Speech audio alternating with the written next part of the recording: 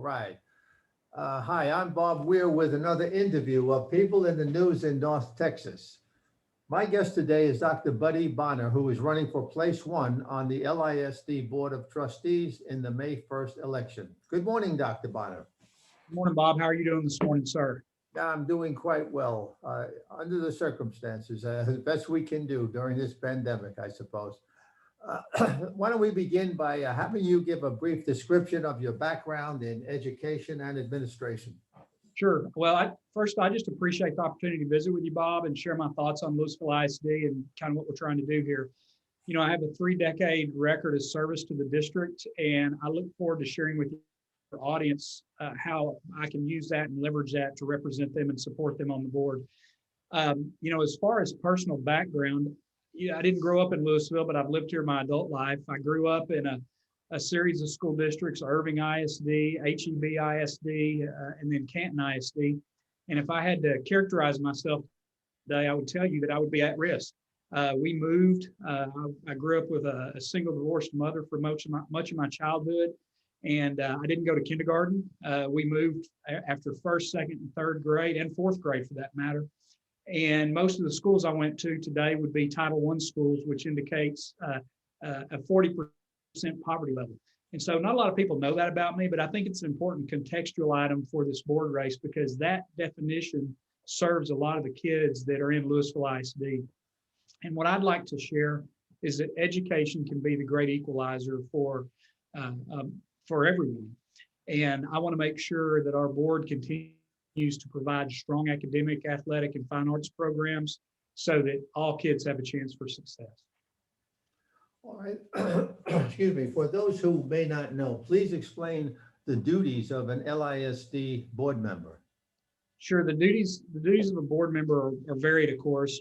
Probably the most important one, I would say, is setting policy. That's not very sexy or out there, but policy drives the entire district. And it's very important. The other items that come to the fore, they set a budget annually, they establish a tax rate. Probably the most obvious thing they do is hire and manage or lead the superintendent of schools. You know, that's their sole employee, and that's a defined board role. They establish the district mission and vision, they oversee academics. So those are some of the things that the board does. There's a host of others, but those are the big picture items. Okay. How many board members are there? There are 7 board members in Louisville ISD. In the state of Texas, there are some districts that have 9, large districts like Dallas. And there's actually one district around San Antonio area that has 21. I can't imagine working with a group of that number, but in Louisville, there's 7. Currently, 6 are seated, and place 1 is vacant. Place 1 became vacant when Cronda Timmish resigned back in June, I want to say. And so that's what the situation is in Louisville ISD. Each member serves a 3-year term, and those are staggered terms so that every year there's either 2 or 3 that are elected. And how often do they meet? Yes, sir. The board meets generally twice a month, once a month in regular session. That's the first Monday of the month, if I recall correctly. There was a board meeting last night. There was a work session. And they meet on work session once a month. So they have 1 regular session and 1 work session and occasional work topics. And I believe this month there's a workshop topic coming up, board goals or superintendent evaluations, but most months twice a month. And where do they meet? Almost always the board meets at the Louisville ISD Administrative Center, which is at 1565 West Main. On occasion, they'll go to different sites. For example, over on the east side of the world at the Tech East campus. They were there recently for some public hearing on boundary items and the possible retirement of Stewart's Creek Elementary School. So they'll meet over on that side of the world on occasion, but for the majority of the time, meetings are at the LISD Center, mostly because certainly in COVID times, the building is situated for cameras and audio to broadcast the meetings. And are residents invited to participate, to be there as an audience? Yes, sir, always invited. I will say, of course, with COVID, that's been somewhat Sure. restricted. But always open meetings. The board has closed session items, personnel matters, student discipline, property, that kind of thing that are not open. But majority of the business is open to the public and embraced to have the public in. And does the board collaborate with the superintendent on the agenda and policies? Yeah, yes, sir, absolutely. In the state of Texas, the Texas Association of School Boards, by and large, does the training for boards, and they host sessions called Team of 8, and that's exactly what it sounds like. It's 7 board members plus the superintendent, and the training there is to encourage and foment collaboration on things like how to work together, but also how to set policy, how to drive the vision, the goals of the district, that sort of thing. So they are absolutely a collaborative unit in a good performing district. Yes, sir. And so the board establishes the budget. The board approves the budget based on a recommendation from superintendent, and certainly in a large district like Louisville ISD, working with the chief financial officer. And so actually last night at the board meeting, they mentioned that they've got an upcoming workshop on the budget. And so that process starts early, about halfway through the fiscal year, and then comes to a recommendation, May, June, somewhere in there, as they wait for the assessed values to come in from the appraisal district. And does the board handle such things as the building of a new school? Oh, absolutely. The board would approve the recommendation from the superintendent, and in Louisville's case, the chief financial officer, because new construction is assigned to that individual, Mr. Mark Youngs. And so when the need for a school comes online, or more currently in Louisville schools, given the maturity of the district, remodeling or refurbishment of schools, that all comes through a recommendation from Dr. Rogers to the board for approval, because you're talking about spending millions of dollars on any of those items. So the board absolutely approves that as an action item. All right, let's talk a little bit about the pandemic. Has it added costs to the school district? Yes, sir, it has. It's added, of course, financial costs, but then also, human costs. I think we're probably talking financial, but there's been a huge, human tax as well on teachers and staff and kids and parents, and I feel certain we'll talk about that. The district's budget is this year is over $715 million when you count everything in. It's about, I want to say it's about 530 million on the general fund, 25 million or so on the food service fund. And in the rest, I think 165 million is the debt service fund, which is used to pay capital outlay bonds for things like new construction, refurbishment, that sort of thing. And where does that money come from? So that money comes from local, state, and federal funds. The local funds are based on your tax rate, right, in the district, which this year came up just a little bit, about a penny. The state funds then augment that to bring all districts across the state up to an equitable level.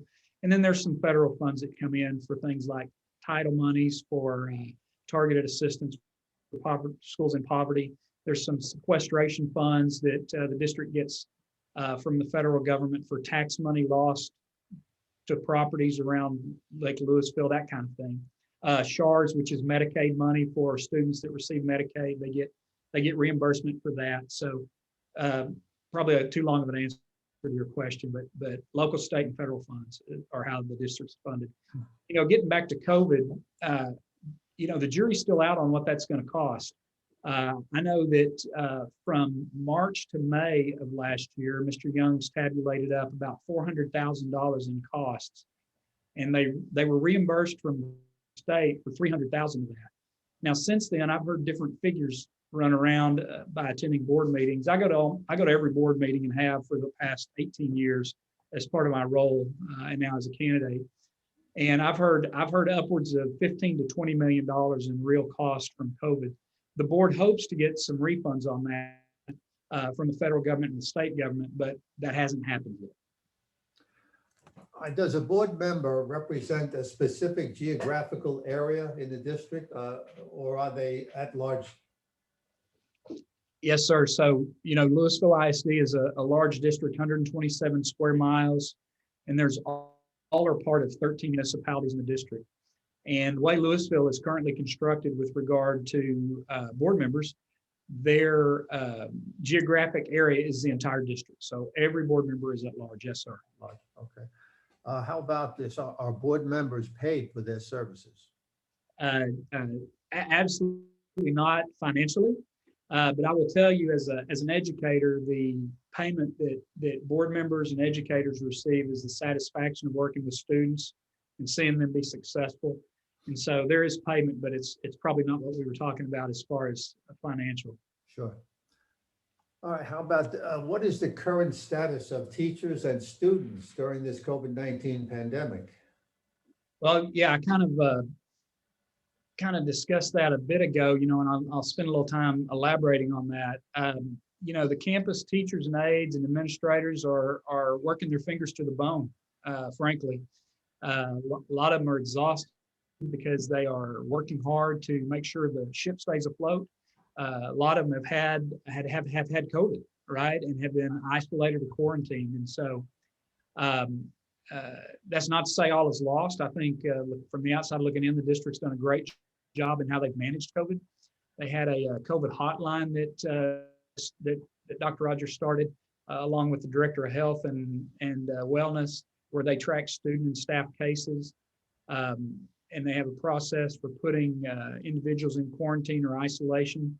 I'll tell you that my wife is a current counselor, and most of the teachers that go on quarantine or isolation are continuing to work in a virtual fashion with their kids. So they're at home recovering or being isolated, but continuing to do the work. So they are performing it at great pace against unimaginable odds. And that's the human cost I was talking about, outside the financial cost. Yes. Give us an idea of how many are being taught in person and how many remotely. Yes, sir. At the December board meeting, there was a great report on that. The board hears a report on COVID every time they do a board meeting. And so the numbers from December, there were about 21,000 kiddos in elementary school, and about a quarter of those were virtual. They were receiving instruction through virtual means, and the rest of them, about 15 or 16,000 were in person. Those virtual and in-person numbers have been relatively steady, but more and more kiddos are coming back to in person as the year progresses. And then at the secondary level, you had about 29,000 kiddos, about 7,000 of whom are virtual. There's a program at secondary for children who wish to go virtual but remain active in sports, fine arts, that sort of thing. It's called Virtual Plus. There were about 4,000 kiddos in that group. And then there were about 17,000 students that were in person at the secondary campuses. That gets you to about 49,000 kids. And the last couple of years, the district enrollment has been right around 52,000, 52, 52.5, somewhere in there. And most of that discrepancy is at the pre-K and K level. Looking at those numbers, the kiddos that aren't back as part of that enrollment, a lot of them never came. Their parents are keeping them home, maybe an additional year in instance of pre-K and kindergarten. So that's where most of that lost population is. Well, and how will the students make up for the lost educational instruction of the past year? Well, there's no question that student instructional time on task has taken a big hit, right? With quarantines and isolation. The district is well situated for virtual instruction, right? And they've been able to do that. So that's cut into that a little bit, but there's still going to be remediation and learning that's got to occur. That happens every year. There's some remediation and learning, right? If a kiddo is not prepared to move forward, there's remediation through tutorials or after school or before school learning, tutoring, that sort of thing. There's going to have to be additional measures taken moving forward this year and probably into next year to continue that. I will say that the district added 25 minutes each school day at the beginning of the year. And that could be used and is being used for remedial efforts, additional learning time in class, but you've got to be in class to have that. And then there's other opportunities for remediation, summer school, and that sort of thing. And nobody wants to hear about summer school or go to summer school, but that is certainly available as well. Yeah, But that's what I was thinking. Yeah, that would happen. yeah, but it's hard, you know. It's going to take continued work to catch that bubble of kids up that through honestly no fault of their own, except they got sick, to catch up. Time on task is a critically important thing in education. If you're not there, you can't learn. Yeah. Well, okay, Dr. Bonner, let me ask you that if you are elected to the board, what do you expect to bring to the education system in LISD? Yes, sir. Thank you. Well, first and foremost, you know, I'd like viewers to know and recall that I'm an educator, right? And I'll bring that perspective to the board. I've spent 3 decades of my professional life in that field. And, you know, I know the struggles that educators face. I know what it's like to teach in a classroom. I know what it's like to manage and lead a campus. And that's not something I'm going to lose or is going to go away. So first and foremost, I'll bring that perspective. And you know, as I'm looking at the board members that are serving currently, none of them have that perspective. And that, I don't say that to malign them, but that's just an additional perspective, which I think will be helpful. My wife is an educator. She's a counselor at one of our Title I campuses. And I still have a bonus son that's in school. So, you know, I see it every day and I know what the struggles are. I know what the benefits are. And, you know, I understand that. And I want to remain in a position where I can support and represent students, teachers, parents, and community members. You know, another thing I would mention is, and it's kind of similar to what I just talked about, is, you know, based on my experience, I'll hit the ground running once elected. There won't be any time for on-the-job training. The board election is in May. After being elected, I'll be seated in May, and there's no time to waste. We'll still be controlling COVID and hopefully coming out of it, but there'll still be instances where that experience will be helpful and necessary. In fact, I'll tell you, at the board meeting last night, the auditor that was engaged to do a governance audit on the board presented his findings, and then the board discussed how to best implement that. And one of the things they discussed is, should we wait on the new board member? And I was in attendance, and I was just thinking to myself, if you go ahead and engage it now, those items that you're concerned about, I'll be up to speed because I know exactly what the auditor's talking about. So I think that'd be beneficial. The other thing I'd want any viewer to know is that, you know, I have a history of working with a very diverse group of students and staff members. When I worked at Milliken Middle School as a teacher and Arbor Creek Middle School as principal, those campuses were very diverse, had a great diversity of students. And then later I was the central zone leader at the LHS feeder pattern. And certainly if you are familiar with the schools in Louisville ISD, you know that LHS is a very diverse campus. In my time as assistant superintendent and employee services, I also actually doubled the number of diverse staff members that were employed in the district. To be honest with you, I'm proud of that. And I want people to know that, but I also want people to know that that work's not done. And there needs to continue to be an increase in diverse staff members in the district. You know, what I'd like to share is that my number one goal as a board member would be student safety, followed closely by strong academic programming with opportunities in academics, fine arts, and athletics for all kids. And you do that through having quality staff, minority staff and otherwise.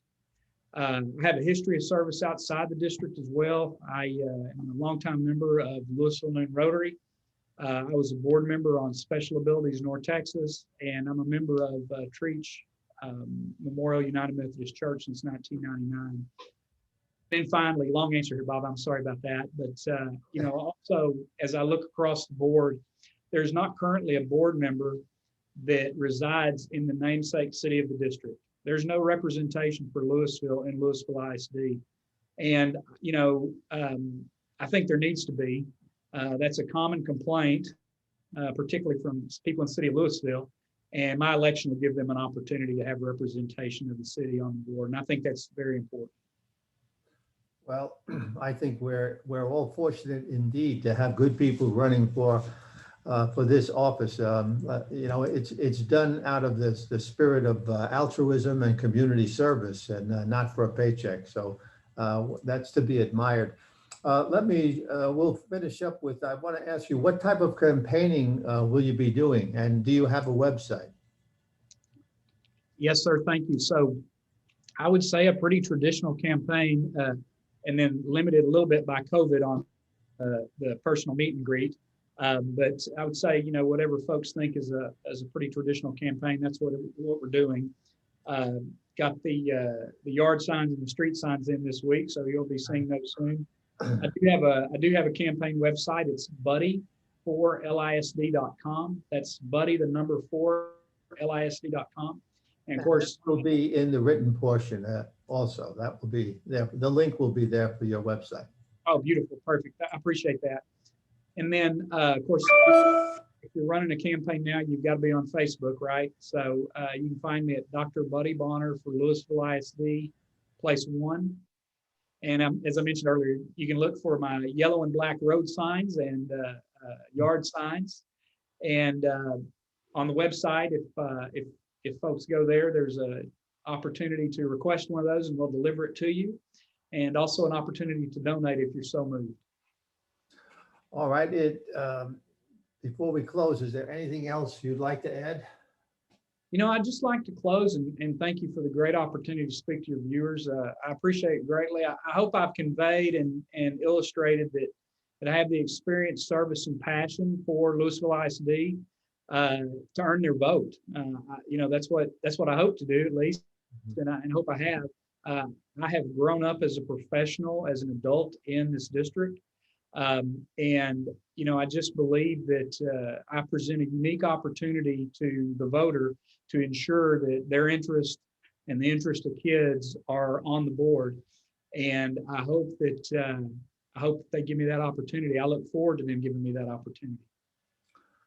Well, I want to thank you, Dr. Bonner, and wish you good luck in the election. Certainly we'll be hearing more from you. Thank you, Bob. I sure appreciate it, and I've enjoyed talking with you this morning. Thank you.